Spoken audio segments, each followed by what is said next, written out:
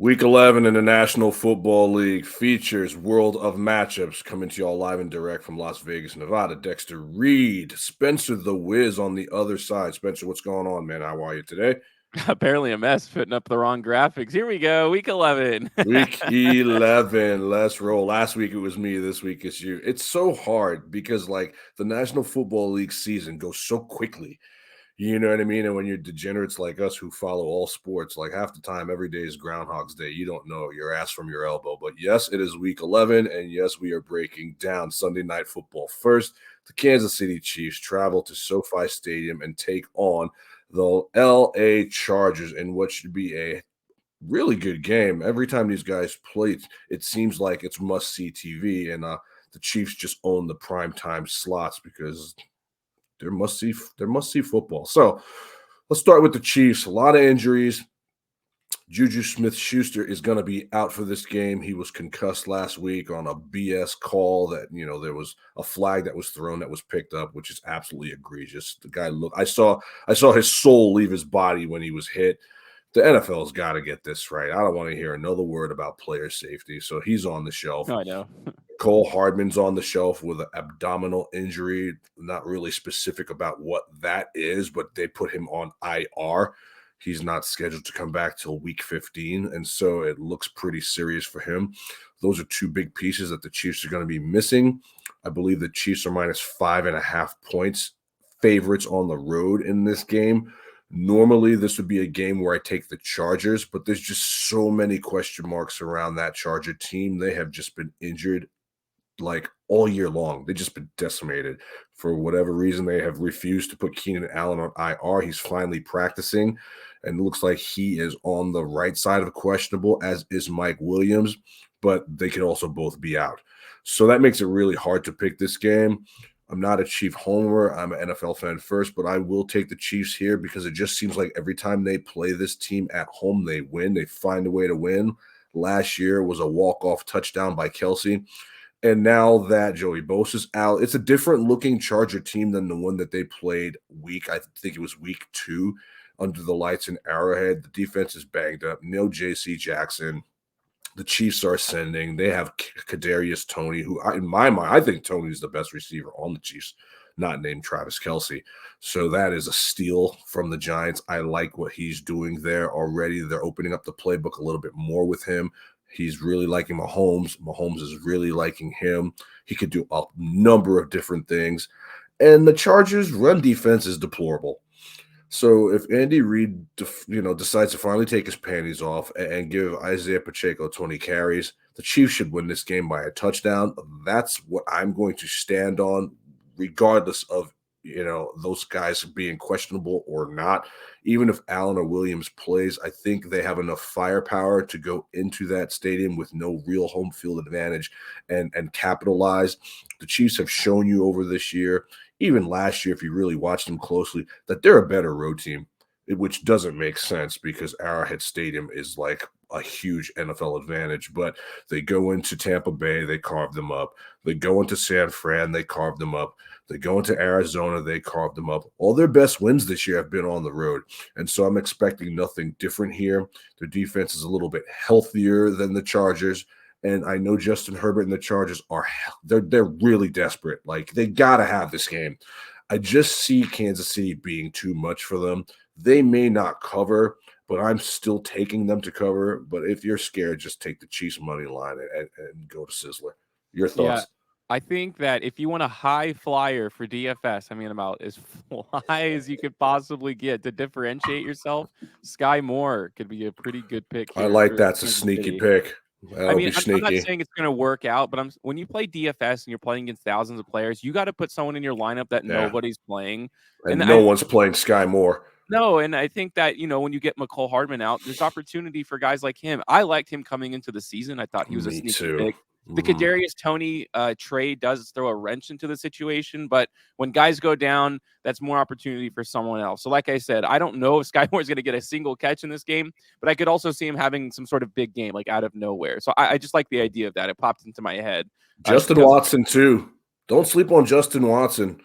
You know what I mean? He's the great white hope of the Kansas City Chiefs. The kid can flat out fly.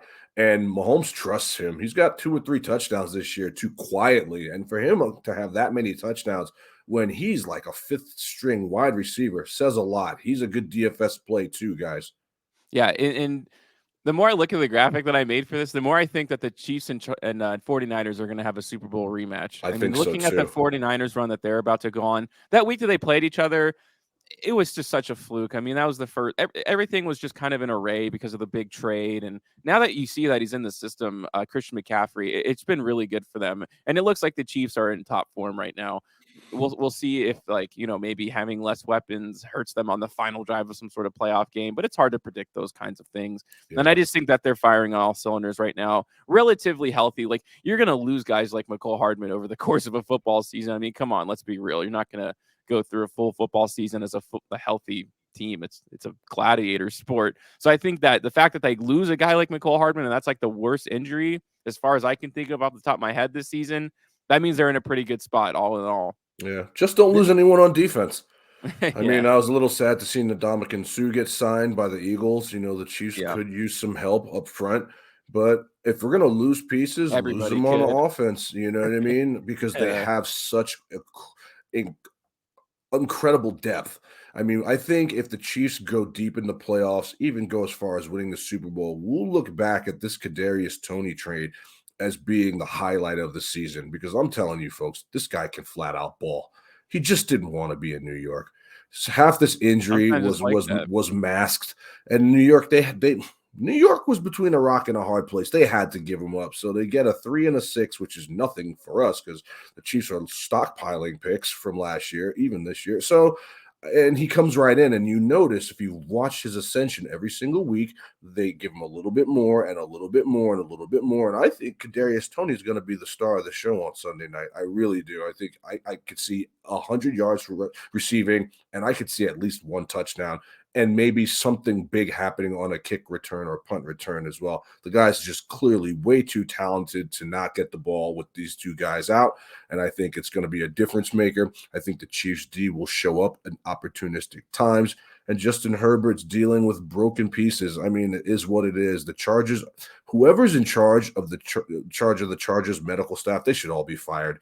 These guys, they really should at this they point. should be, man. They're always they're always injured. The Chargers are the most It can't be a complete coincidence. Cannot be it just cannot be a Injuries do happen, but man, they are consistently the most injured every year team in the NFL. Every year. Seems like that, yeah. Every year. And they'll release Keenan Allen, and he'll go someplace, right? And he'll play a full healthy season at like 37 years of age. That's just how you know what I mean? Like they just cannot stay That healthy. can be the difference between winning your division and not, really. Absolutely. That's how small the margins of football are.